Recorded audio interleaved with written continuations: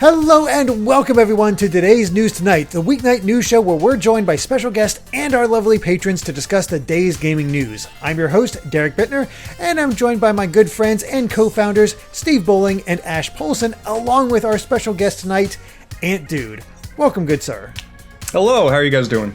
Doing well. It's good to have you back and on camera this time after our way off base Smash predictions. Yeah, where I don't sound so groggy and tired. I'm embarrassed about that, but now I sound all right. Yeah, there you go. See, Ant, you and I are fighting, man, because I unfortunately was not able to make that discussion due to work. I was going through emails and stuff, and when I saw the title of the discussion, Crash is going to be in Smash, I'm like, wait, what evidence did they have? This is horrifically disappointing. Why do we think this is going to be Crash? I don't want it to be Crash, and then it wasn't. But apparently, it was based on some. Listen, Jeff evidence. shouldn't have put that whoa. I don't know. Shouldn't have put that whoa. That sent everyone in a tizzy. But. Exactly. Okay. That whoa was bait, and then me forgetting that they used that bloom behind them for Steve as well. It's like, dang it. Yeah. I hate when you latch onto something like, oh, there's evidence, and it's like, no. It's funny what the power of suggestion can do, because I remember, I'm not the world's biggest Crash fan, and so I was like, does that look like a Wumpa fruit? And I googled a Wumpa fruit during the discussion and pulled it up, and I saw mild similarities, and I was like, oh, it has to be it. It sold me immediately. And again, critical thinking just went right out the window when presented with alternative evidence. I swear that's what Smash Brothers does to people when it comes to these predictions. It does. I know. Every really little thing. Going into yesterday, I was like, "There's no way it's going to be Crash. Maybe character 4 or 5, not tonight." And then the second I wake up, oh, now I can't think it's anyone else, and I just set myself up. Yep. Yeah. It's just. It'll happen. Didn't happen yet, but it'll happen. I believe you. Yeah. Charlie Bird says, remember that time when people thought they knew a Smash character based on background shares? Yeah, that happened with Waluigi. It's speaking of, somebody during the stream last night, during our live stream, was saying Charles Martinet has been tweeting out a lot about Waluigi. Is that possible? Right. Is Waluigi? No. That got me scared. I don't want that. That ship has sailed. Neither. That I would ship be has so sailed. disapponed. Yeah. Just because we'd never hear the end of it from Waluigi fans. It just would have to hear it, and it would never stop. I mean, but also, what would Waluigi add to the roster that would be fun or interesting? Nothing. Zero. Exactly. Zilch. That is fair, unless they pull from Dance Dance Revolution, which, sure, why not? Yeah. Yeah, it's going to be interesting because Sephiroth does throw things off in a major way. And actually, you know what? Let's just bring off our first topic because we're going to be talking about this. So bring it up, Steve. As we all know, Sephiroth was debuted last night for the Game Awards, but Sakurai is giving even more details on Sephiroth on the 17th. We're already getting his presentation, likely going to get his release, if not that night, the week after. Mm-hmm. Wouldn't be surprised. Yeah. We have Sephiroth. We already kind of gave our reactions to it for what we think of all of that. But, yeah, Sephiroth is in. He almost killed Mario. I still can't believe they got away with that imagery. Even though we know what happened now, just the imagery of Mario appearing to be impaled Cloud-style in Advent Children, I'm shocked that Nintendo... I mean, they let Sakurai get away with a lot in these trailers, but that really shocks me still. It's awesome. I love it. It does knock out the idea that Doom Guy is just too violent for Smash. That's true. That's true. So yeah, that is true. I mean, oh god, now we just need Doom Guy ripping something apart like this, it's a form, but it turns out to be just a whole thing of Pikmin. And he just tore it apart. Yeah. I'm so excited, you guys. I would have been surprised or shocked at the Mario impalement thing if not for the Ridley trailer. Or whose trailer was it? It wasn't. It was Ridley. Was it Ridley? Yeah, where Ridley stabbed Mega Simon. Man and Mario. In the Simon Belmont one, Luigi died. Yeah. I feel like Mario died again, but I'm losing track of how many times I don't these think brothers Mario are dying. died again. It was. I think for me it was just maybe the combination. With Ridley, it's at least another Nintendo character, and it wasn't quite as overt with Mario, right? Mega Man looked more impaled than Mario did in that trailer. I think it was the fact that it's a third-party villain clearly looking to impale Mario all the way through his body. It just, I don't know, something read different about it to me, but I love that they did it because it was a great shocker moment. And that whole trailer, That whole trailer was one of the best reveal trailers yet, and that's saying a lot. I mean, that's a high bar, right? Man. And I'm so excited, you guys, for next Thursday. I don't know that I agree with the trailer being all that great, honestly. Really? Like, It was fun because it had a bunch of the DLC characters in there, but I think Smash 4 still by far interesting. had better trailers. Wow. I mean, Okay, so that I disagree. I don't even really care about Sephiroth, but that trailer was I think it's when really good. that music happened. That was you didn't need to see like the little speckle in the back. It just became exciting. I mean, don't get me Sephiroth. wrong. I was very excited. I just think if I put on my critic's hat real quick and think about it as, separate my fanboy reaction for Sephiroth, like I look at trailers like, again, my favorite trailer of all time is Link versus Pit for Palutena, right? Well, I think that is an incredible trailer. And more importantly, Ash, and I can't believe you're not standing this one with me, the Mega Man trailer was so dope. That's still my favorite one. Don't get me just because I think Sephiroth's one of the best yet. I'm not even necessarily a fanboy for Sephiroth. I think he's a cool character. I just thought it was a really great trailer. But my favorites still are Mega Man and Banjo-Kazooie. And, Banjo's my favorite. Yeah, Banjo's a really Banjo good one. was a really good trailer, and I'm not a Banjo fan. So I the agree with you Sephiroth guys one on that. also had a shocking amount of CG. Like that Banjo trailer was great, but there wasn't a ton of CG in it. That Sephiroth one, we got to see Cloud in CG too, because Cloud didn't have a CG trailer. Right. Yeah. It's true.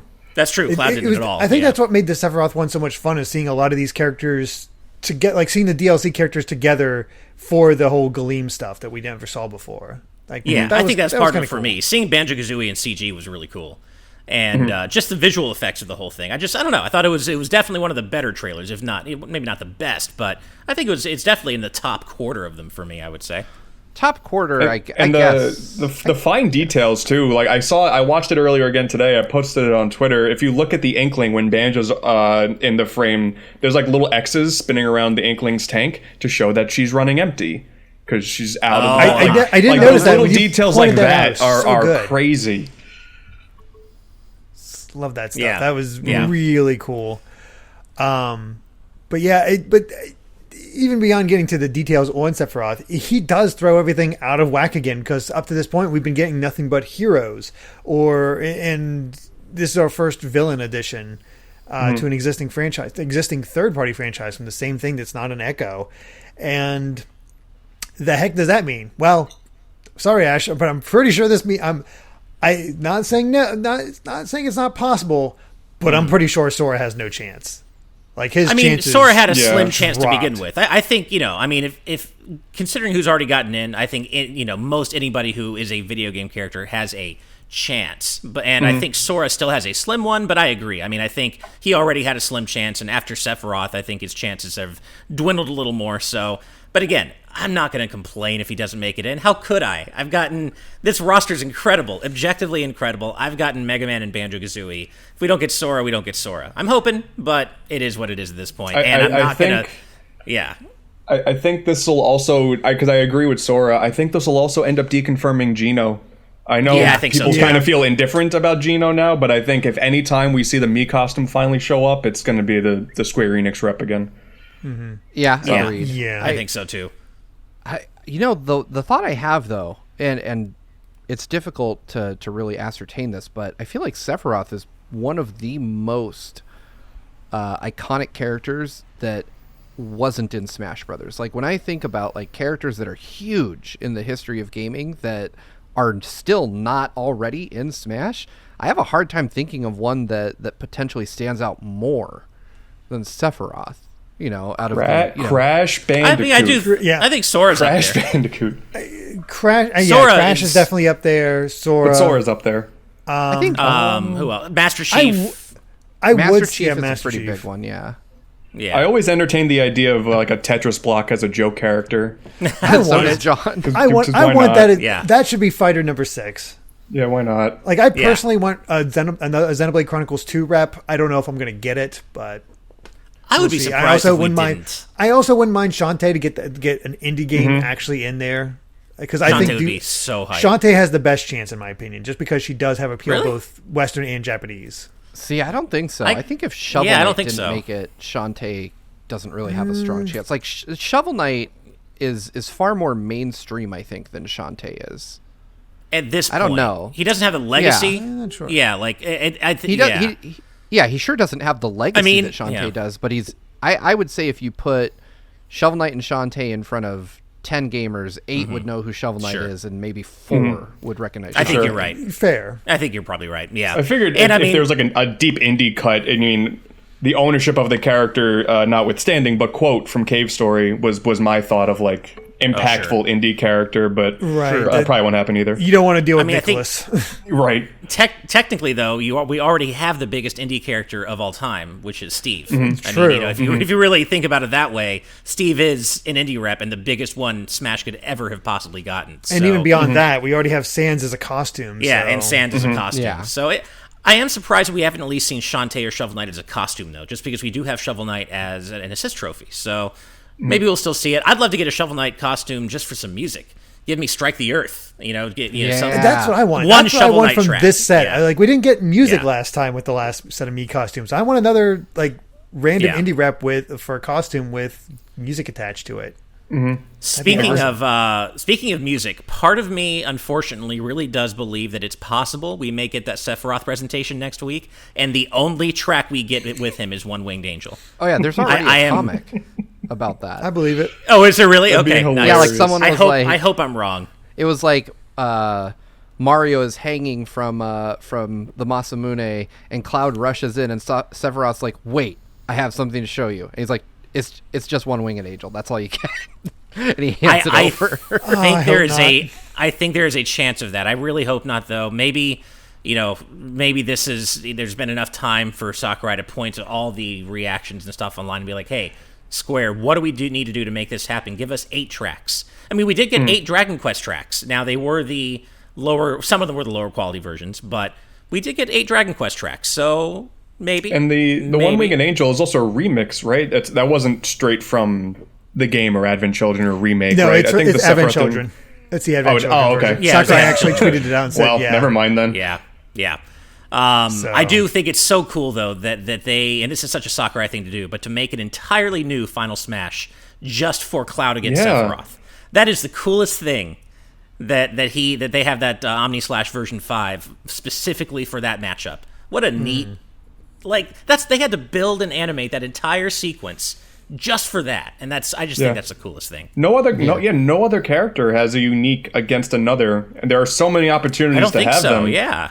But Yeah, I it's mean, crazy. the closest is Ken and Ryu, who have 2 different Final Smashes depending on where they are from the character they're using it on, like close range or far. But I think, that's the only one that comes even close that I can think of off the top of my head. I feel like Sakurai is purposefully debunking every rule that the fan base, the community has come up with. Like everything that much. you couldn't possibly And I think love of. that. Like another character from an existing universe, this alternate Final Smash thing that no one even thought about, everyone getting special rules.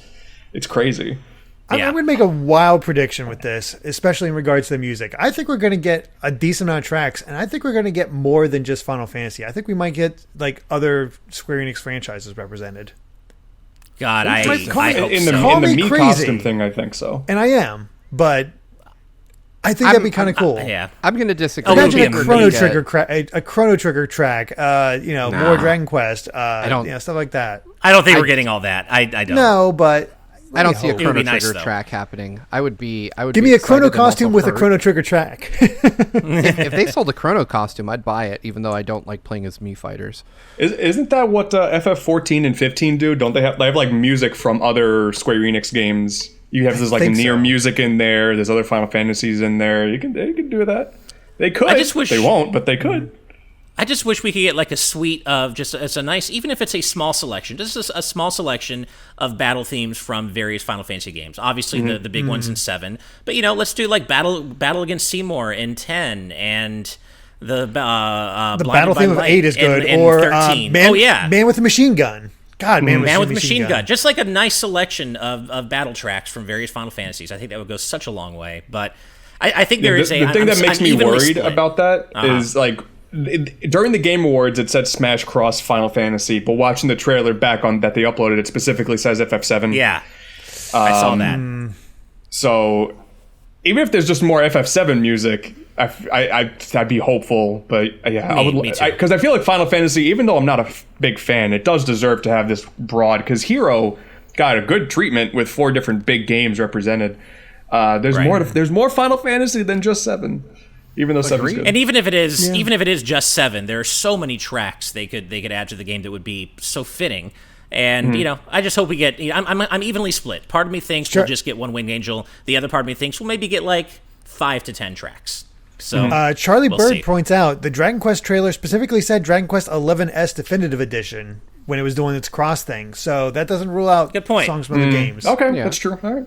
So Kale Layton says, I'd want Dancing Mad. Yeah, let's do like a 99 stock match to Dancing Mad since that's like a 20-minute song. I would be so down for that, though. That would be sick. I want a Chocobo theme. I feel like that's also a missed opportunity. Like, why not Agreed. just have a Oh, jokey get Chocobo Metal with a theme in there? Chocobo in there. That'd be awesome. That would be great. Yeah. They have the Agreed. DK rap. Put Metal with the Chocobo. Yeah, sure.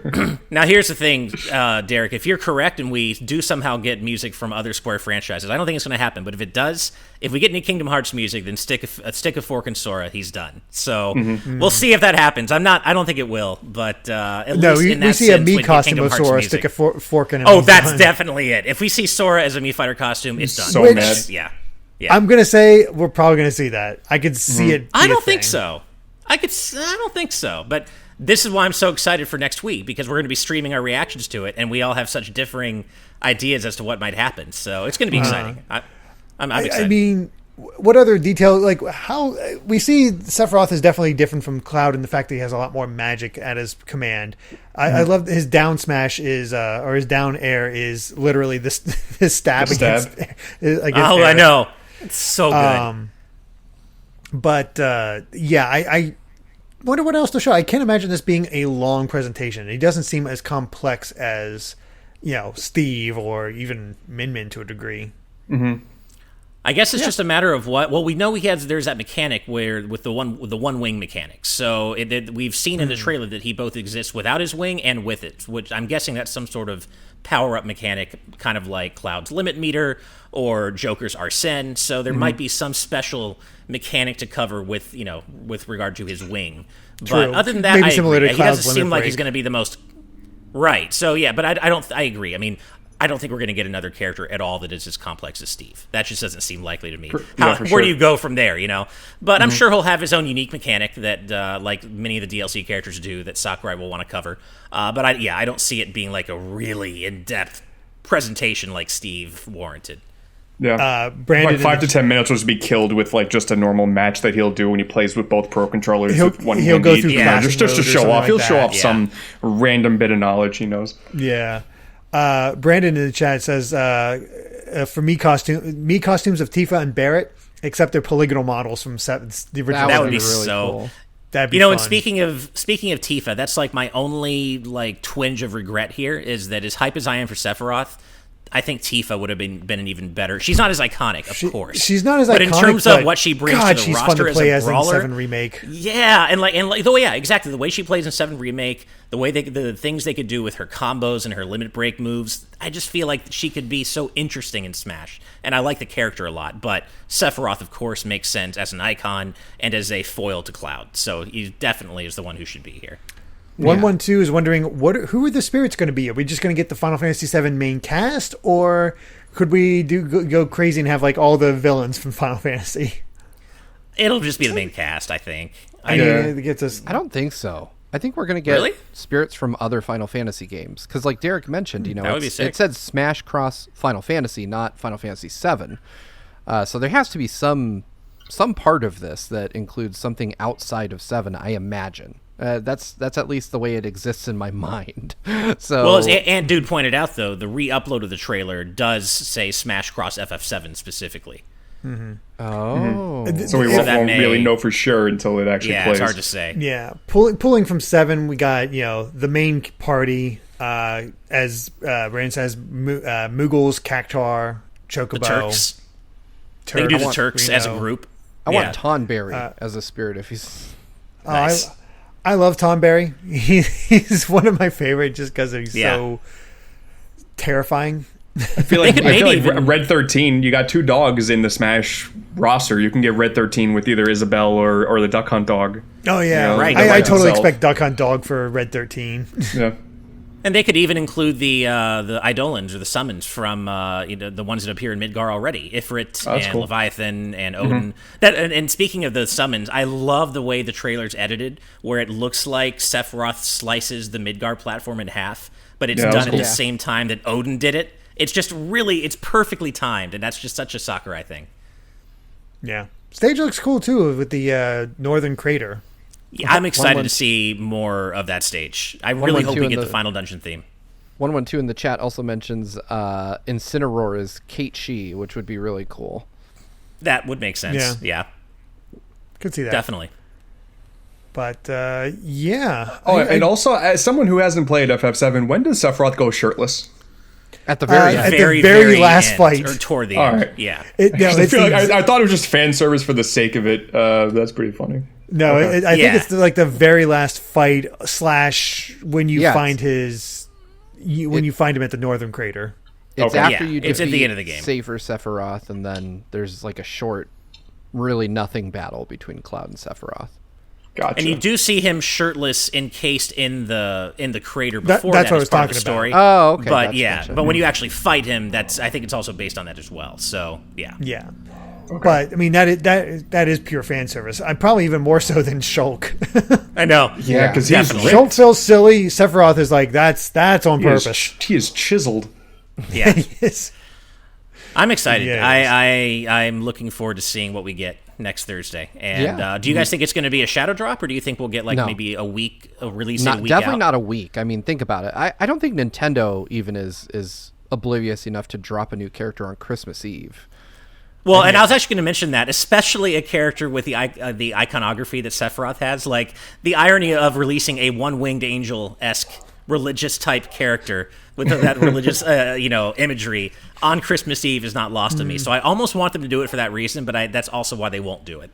It's possible. I think Banjo was shadow dropped when they did their reveal for him.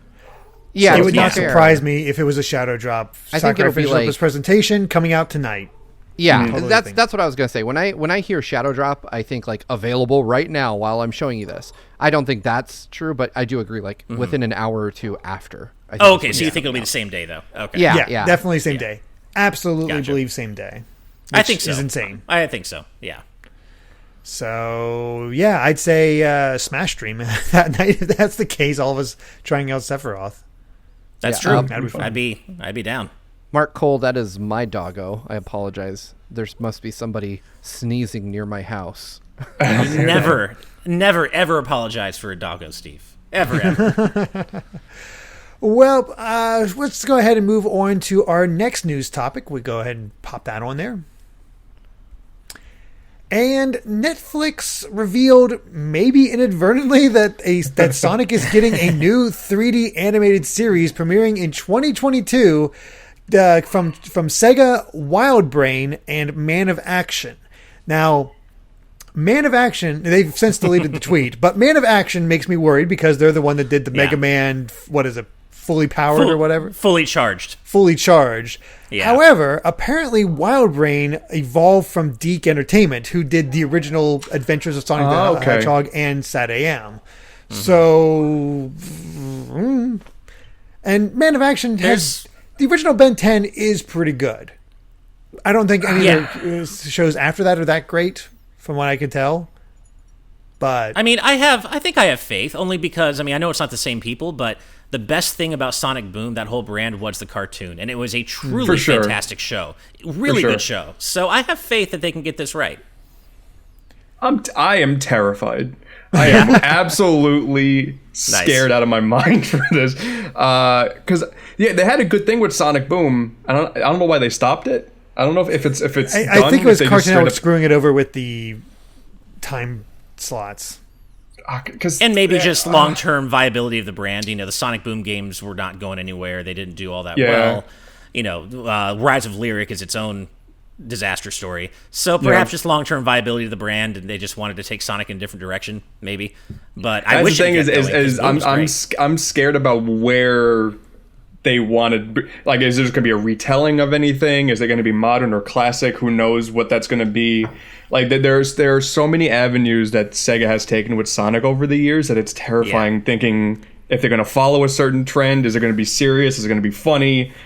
And you're saying that was Wild Brain is from Deke people? Yeah. That definitely offsets the Mega Man Fully Charged that I was terrified about going into this. Yeah. Yeah. I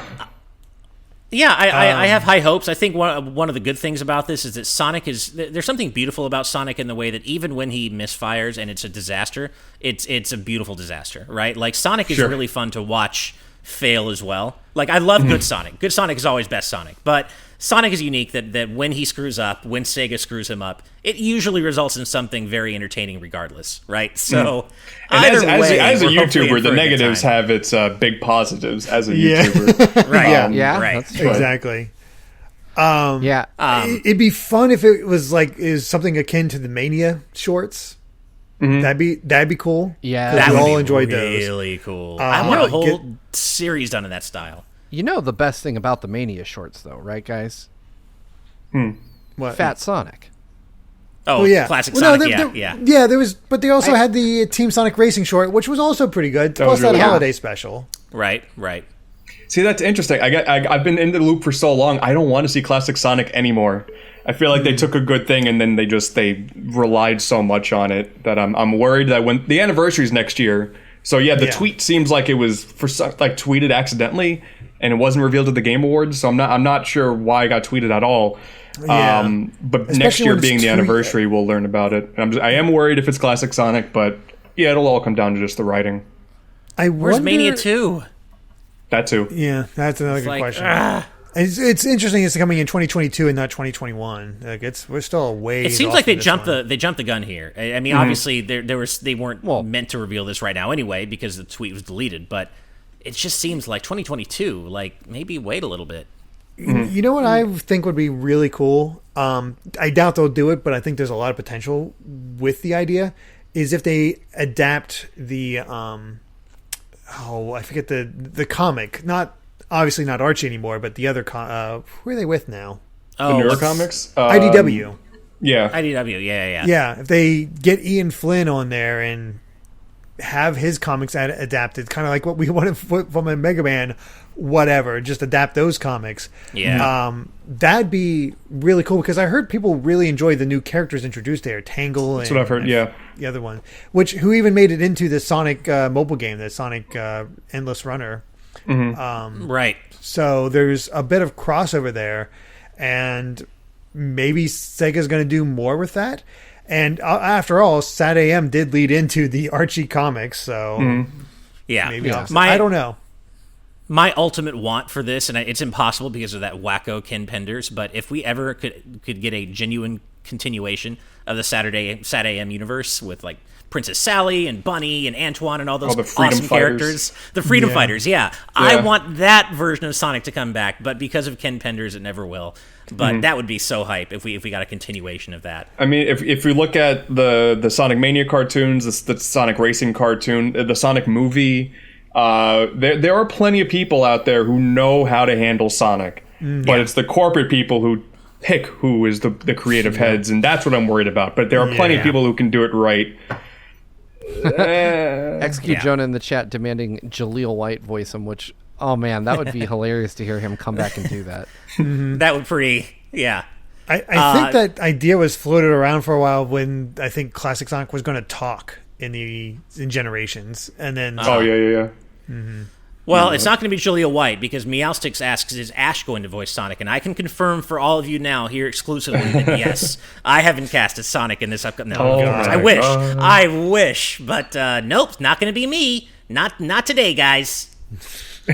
Whoops. Oh goodness. I don't know what they'll do, but it's exciting and scary. If anything, I guess it's nice. Even though it was tweeted accidentally, we get a bit of an insight to next year, since it's the anniversary. They're going to probably have some big event where they reveal this. Yeah. They'll probably do a trailer for the movie, some new games. Yeah, They'll finally show everything off. Weren't they like this was supposed to be the Summer of Sonic or whatever? Like every month having year a of new Sonic. reveal for Sonic. Yeah. So, Nothing came from that. Yeah, we didn't really get much, and hopefully we.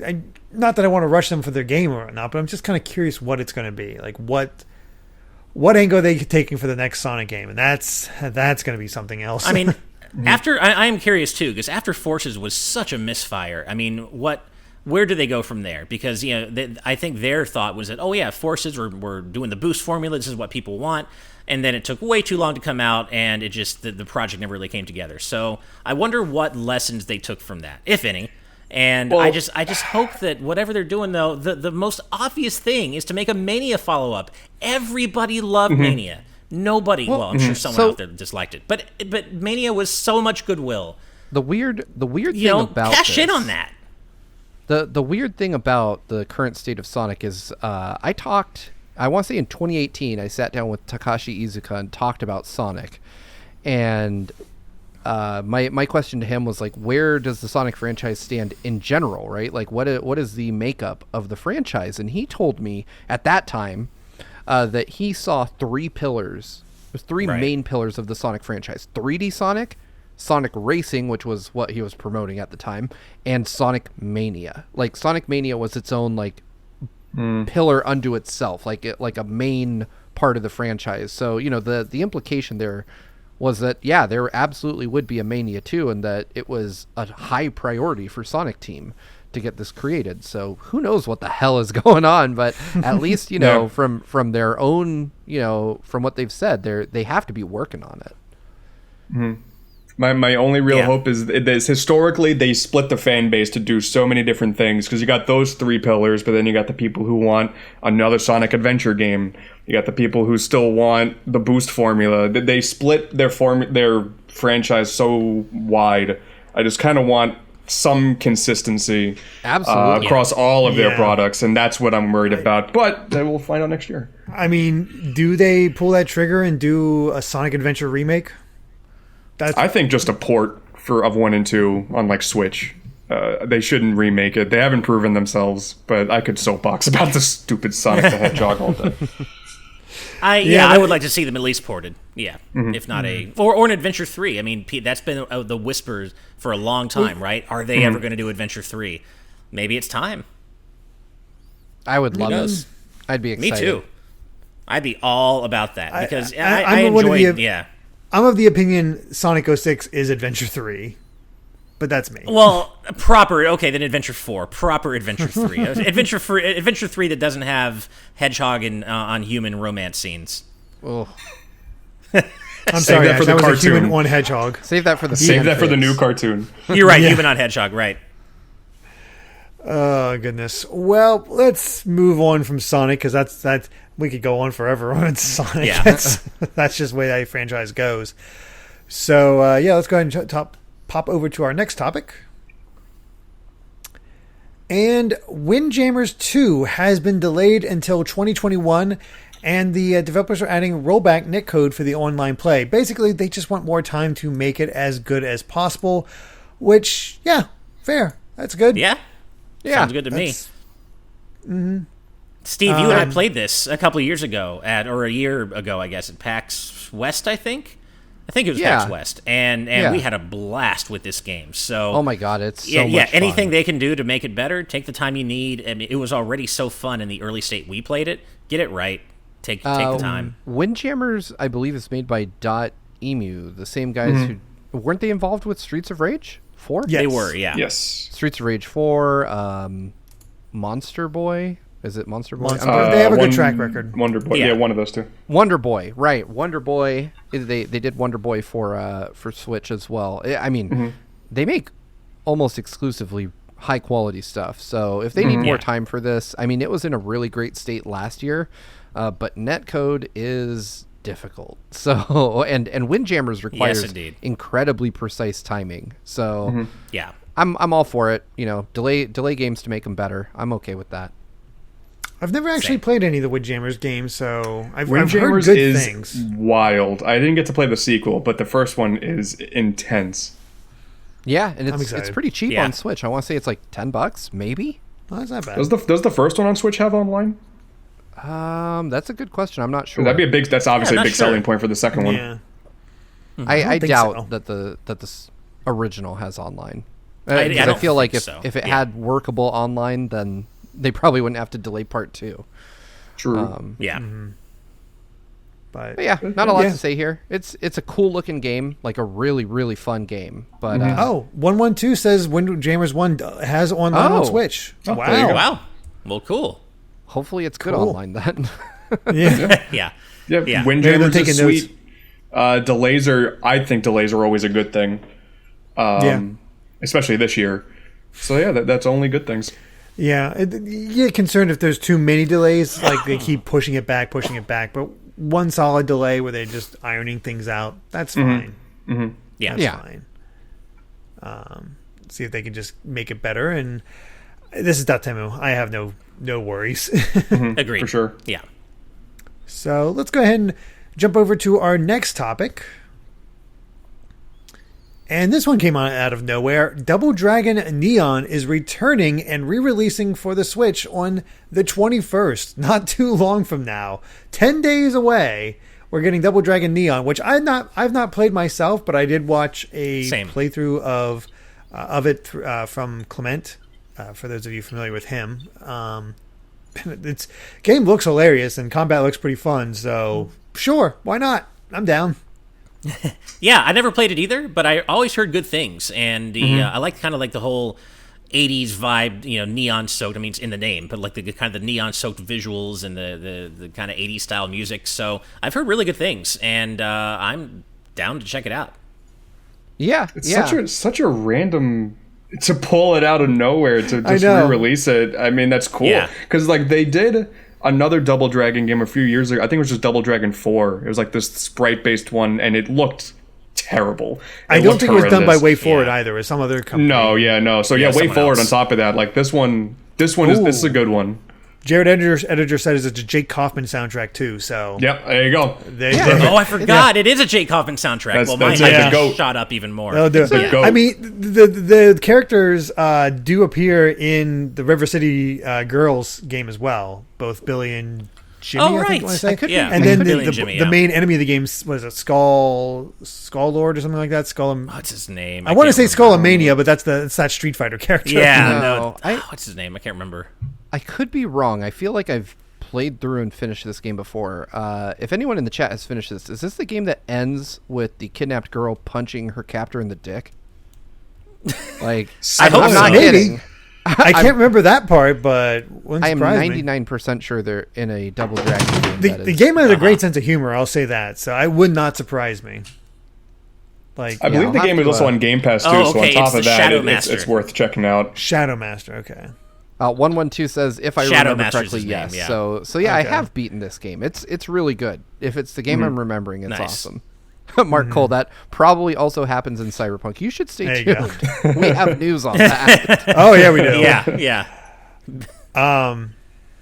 But yeah, the game looks good. I don't know if there's online. I know it's only 2 players, so it's a bit unfortunate. That I don't know. A bit more than that. But I have so much nostalgia for like the early PS3 and the Xbox Live Arcade era of digital games. So like that's coming out soon, and Scott Pilgrim soon. Getting that 1-2 punch is really cool. It's a good sense of nostalgia for that generation.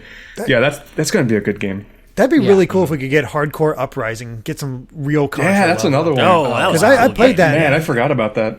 I got it because it's hard, but it also has like an RPG mechanic, so you can kind of grind your way up and slowly get better.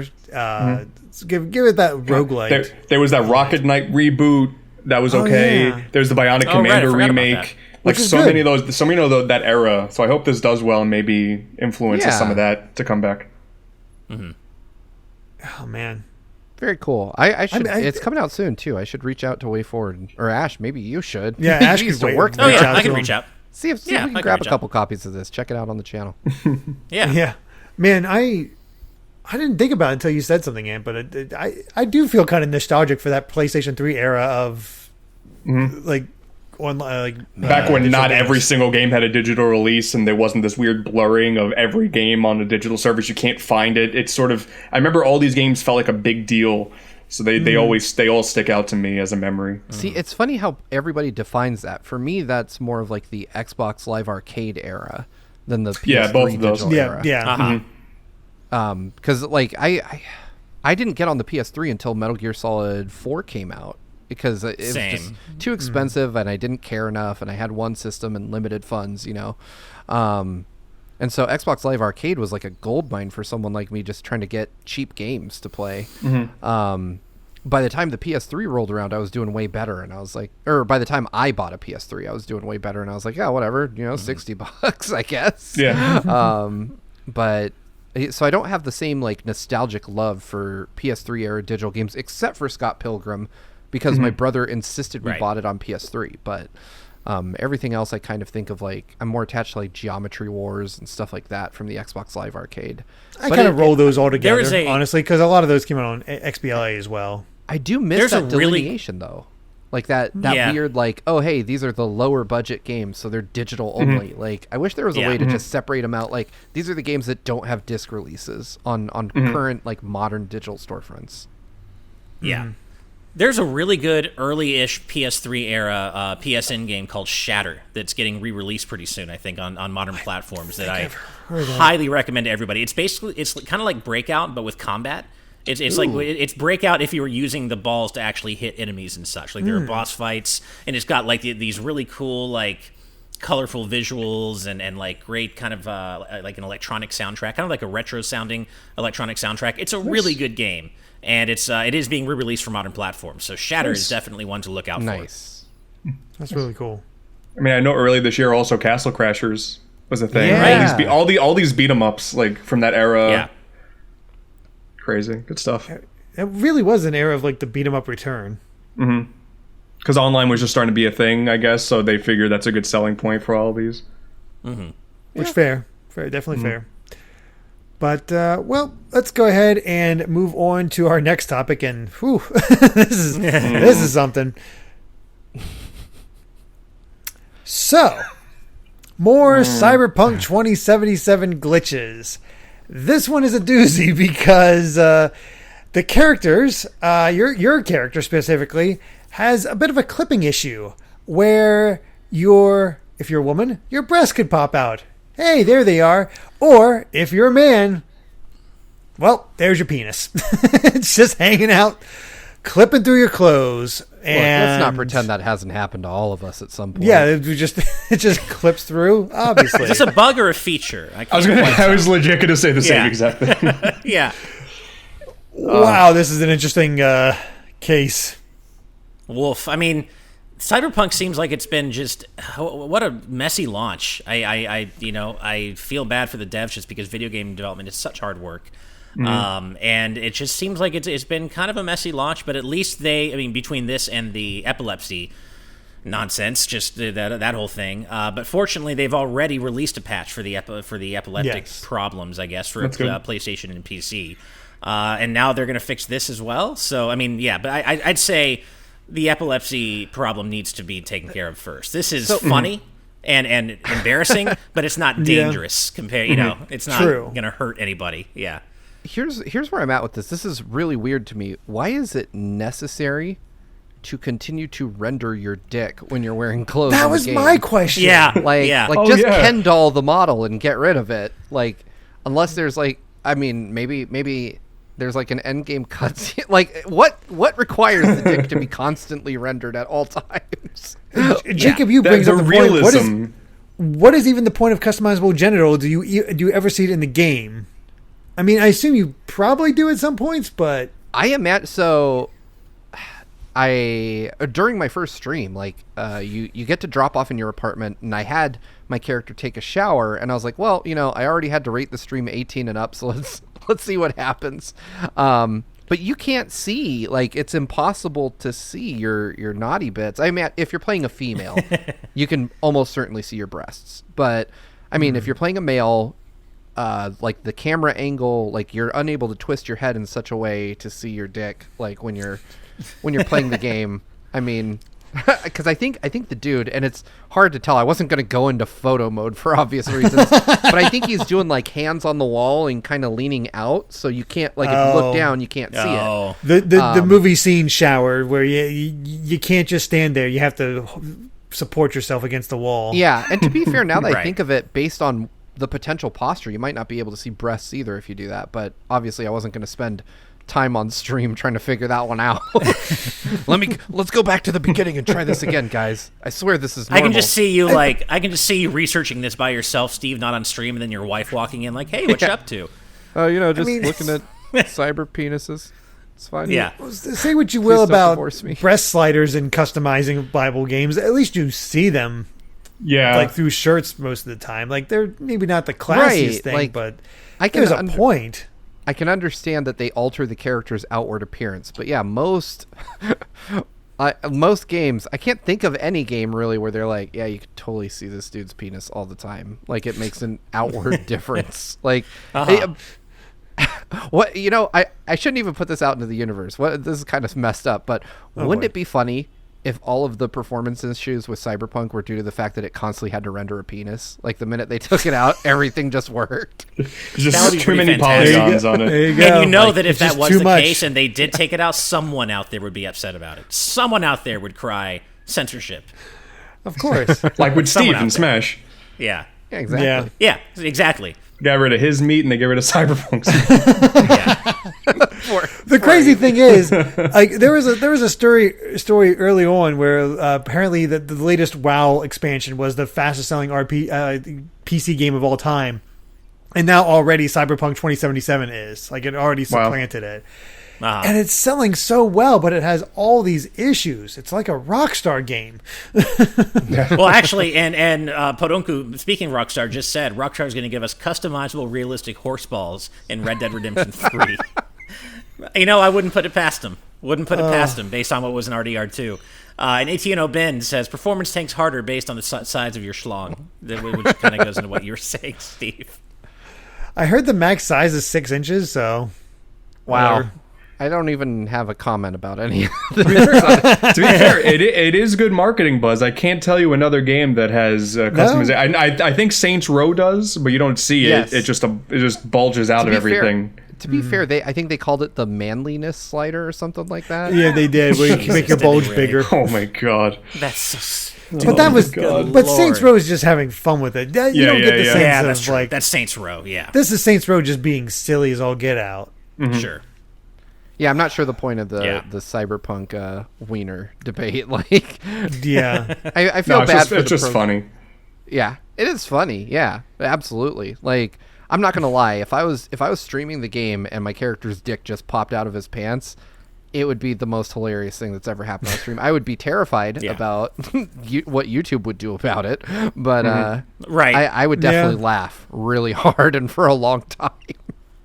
Scott Barber sums it up really well. CDPR is cool with constant genitalia, but gender not being attached to voice is too much to ask. Yeah, there seems to be some issues with development priorities with this game, and I think maybe their priorities were kind of placed incorrectly in some of this stuff.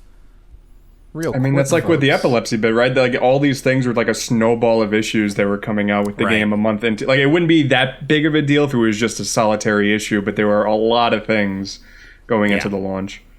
We have. I know we are all enraptured by this penile debate that we're having, but I do have a piece of breaking news. Ooh. My co-founders We know love what that these. means.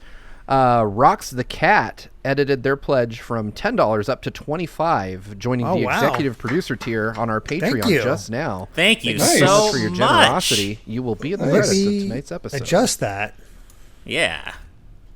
so we can get that taken care of after the show or for the end. Sorry, of it. sorry that your breaking news came during arguably one of the Maybe one they of the meant for weirdest that. topics We we've were discussed talking in a about this long for a time. while, so maybe it was on purpose.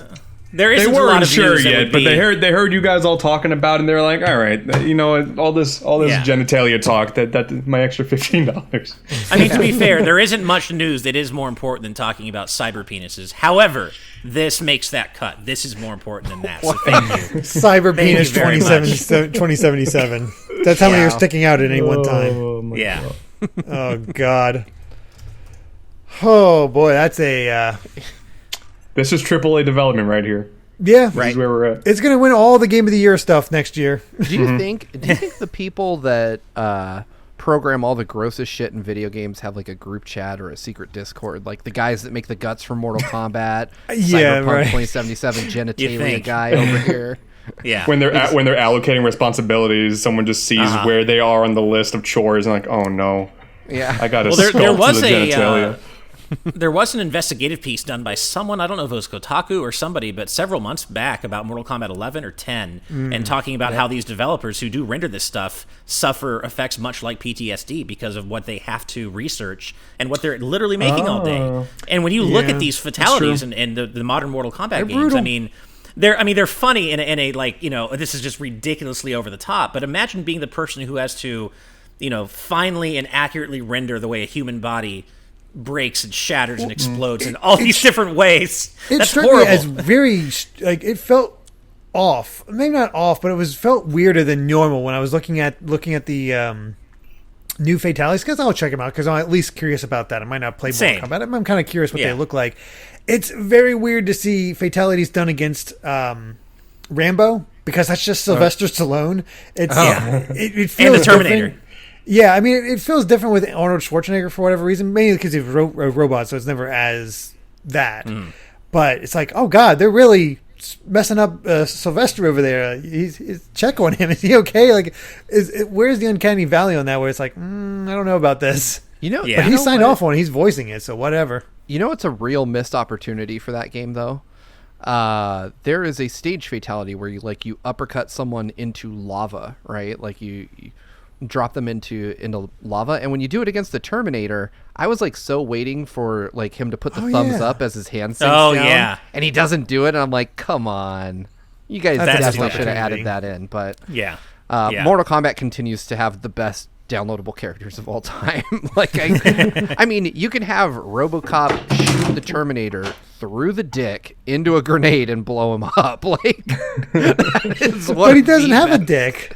I mean, they didn't need to render that because the Terminator doesn't have. That's true. Well, that's how they saved on their CPU budget. That's how they keep the frame rate. You saved this all for Mortal Kombat 12. Right. Yeah, exactly. We'll get realistic dick physics in MK12 on PS6. God. It'll be next generation's ray tracing. Oh no. All right, let's move on because and we got time to quit. All right. Yep. Let's go ahead and jump into our last topic. Put that on screen.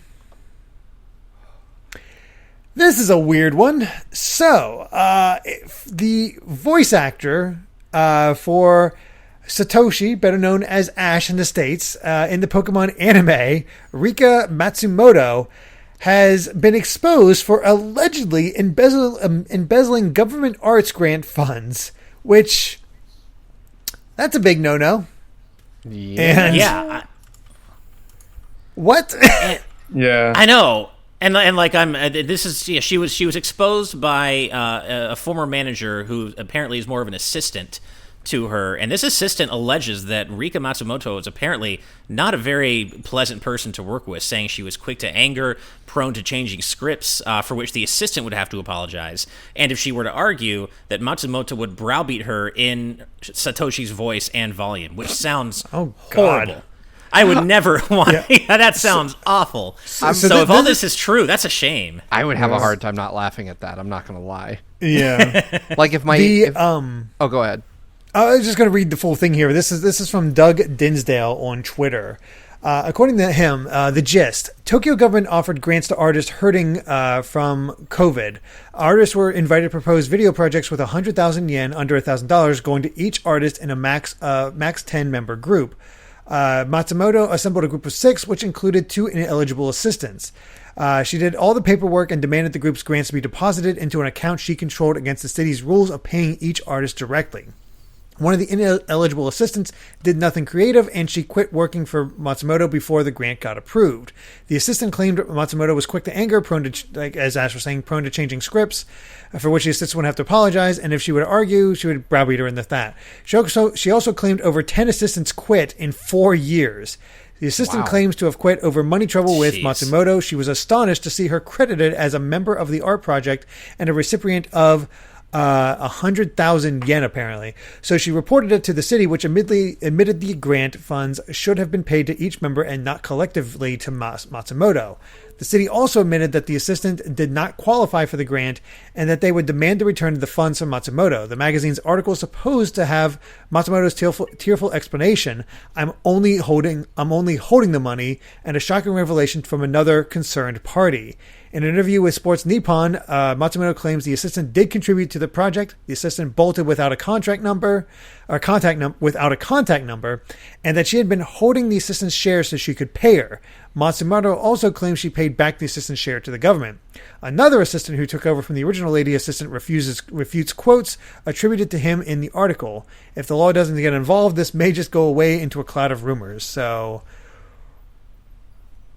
Okay. Yeah, I don't even know really what to say about this at this point.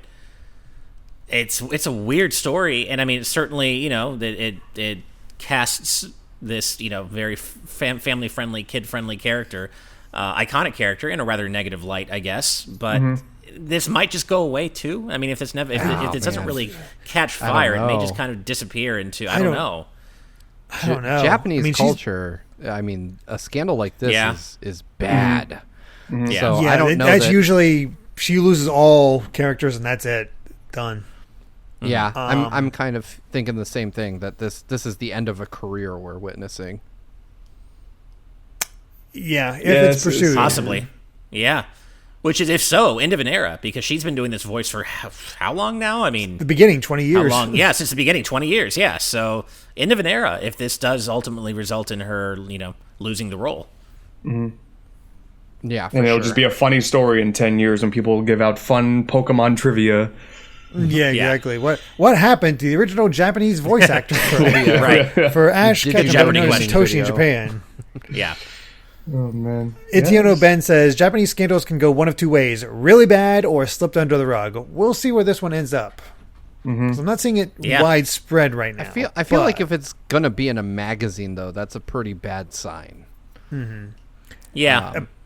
Apparently a lot of assistants, though, so maybe it could be, not saying anything bad about the assistant or anything like that, but it's just like, could be disgruntled or something like that and going for the whole revenge thing. Hard to say. Unlikely, but we'll see. Yeah, I mean, it's just, it's really, hopefully she's not this awful person to work with that this assistant alleges that she is, because if all that's true, she sounds awful. So hopefully there's not... there. I'm hoping. It would be nice if this isn't true, but I have a feeling there might be something going on here. Yeah. Possibly. Yeah. I mean, there's been a few Japanese people in the gaming or industry that it just makes me think of like Keiji Inafune, who are like you didn't really suspect much of, and then reports come out. It's like, oh, apparently they're just a terrible person, and we all just accept that now.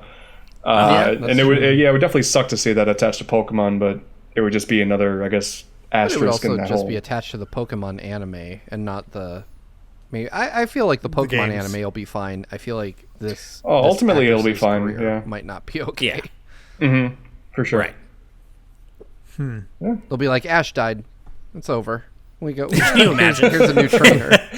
Well, depending on who you ask, Ash died in the first episode, and everything since has been his, his fever. That's a damn cool theory. I love that. Yeah, I know, right? I get bored by those type of theories because it's always like they're actually dead the entire time. It's all been a dream the entire time. It's like, come up with something original. But that was like the original one, though. At least for in an I don't know. Like I feel like there is actually.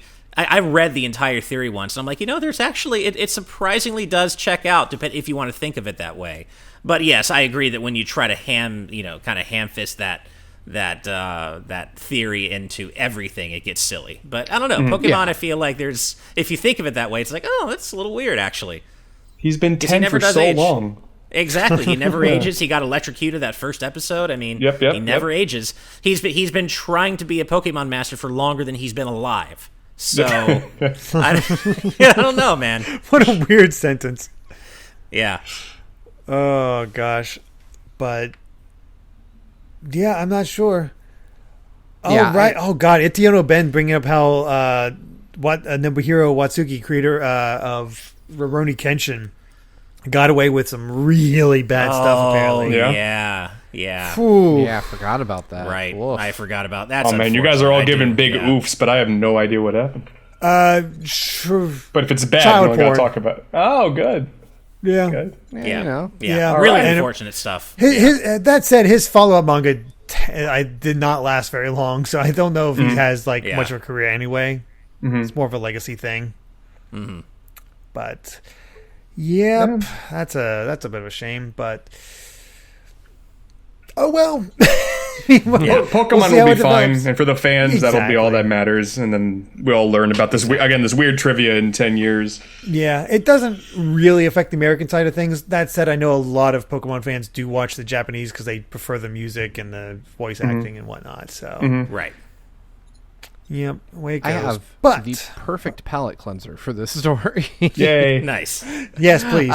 We have just gained a new $5 patron, Aaron Bird, live audience member. I don't know if you're here in the audience, Aaron, but thank you for joining us, and thank you for giving us a segue Thank out you. of this. Thank I know, you. right? We've got an out. Nice. Right. We can just go back to the Cyberpunk glitch, too. That's always yeah, a exactly. segue. We just talk about Yeah. penises more. That's certainly an evergreen topic right there. Clearly. I hope it's never green, actually. Oh God. Good point. Good point. Oh dear. Really quick before we wrap up, there was one question I wanted to answer within chat. I'm looking for who asked it. I apologize as I can't remember, but one of you asked me when we were talking about Way Forward, Double Dragon Neon, what I worked on while I was there, if I can talk about it. And I can, because the games are out. I for a while, I produced Vitamin Connection, which is a game I really recommend. Ooh, Go check out nice. Vitamin I Connection. didn't get to try it yet. but seems Yeah, cute. it's a really cool game. And I got the physical co-op, right up there. Nice. Yeah, oh nice. Yeah, it really shines in co-op. So go check out Vitamin Connection if you want a cool co-op game. And I was going to work on Shantae and the Seven Sirens, but then I decided to leave the company before I started working on Shantae. So I can, just to answer that question, that's what I worked on. That was that was always fun to find out. It's like, oh, okay. Yeah. That would have been cool. Gotta tell him to up the difficulty for the next one, Ash. Oh yeah, I know, 112 mentions that they have a book with Ash's credit in it, and they posted that in our Discord community. I want to say 2 weeks ago. Oh I did yeah, too. right. No, thank you I have so a couple much. books from Ash. Yeah. Robot. That- Man. Yeah, Yeah, I'm sure quite a few of you out there, if you've ever bought an Udon art book, then chances are you have a book with my credit in it, because I was their senior editor for almost a decade, actually, and I did Oh, wow. probably almost 100 art books with them, editing out their art books and their manga and anime art books. So yeah, if you have any Udon books, it's very likely my name's in it. Oh, cool. Very cool. Yeah, I have a couple. I got to go look. great bunch of people. You'll find him. Nice. I think when Ash told me that, I looked and yep, there he was. Yeah, like Mega Man, Okami, Persona, Street Fighter, Persona's the one I variants, got. Dark Souls. Nice. Funny story, actually. I learned very quickly not to edit the Dark Souls and Bloodborne art books while trying to eat lunch. I don't know why I ever thought that would be a good idea, but I remember trying to do that, and then you edit the text, but you see all these character designs, and they're just fucking grotesque and nasty, and it's not the best thing to do while you're trying to eat. Yeah, I need Yeah. to. I still need to play those games, but someday. Yeah, someday. But I guess with that, we have covered all the major headlines as well as some nice segues to get us back into good vibes, I guess, from today and yesterday's news. But before we sign off, AntDude, thank you so much for joining us. This was a lot of fun. Yeah. Of course. Thank you guys Where for can we having me. find you at?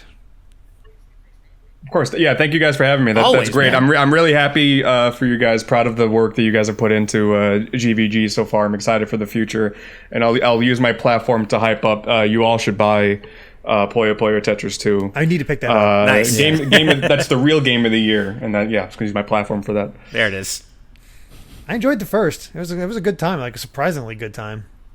I mean, Ash I heard knows good things we about played it. a little bit of competitive puzzle game earlier this year. I think it was Tetris Attack though, but Yeah. that competition is strong. So No, Tetris Attack, man. I'll throw down on that anytime. Puyo Puyo's not my thing as much, but Tetris Attack, oof, such a great game, man. Nice. And of course, we have to give an extra special thanks to all of our patrons, especially the ones at the producer tier, for helping to make this show happen. Thank you all so much as your names scroll by us. And of course, in addition, an absolutely massive thank you to our patrons at the executive producer tier and above. And those fine folks include Rob Arman X, Dan and Twistle, Z Patty, Adam O'Sullivan, Floating Mew, Christopher, The D-Pad, Vesmio, Waffle King, Kieran Phillips, Benny Yao, Mama Bowling, Hi, Mom. there we go, Geller, Shiny Turkey, Titus Malvolio, or Titus Malvolio. I'm sorry, I'm always going to say Titus. I apologize.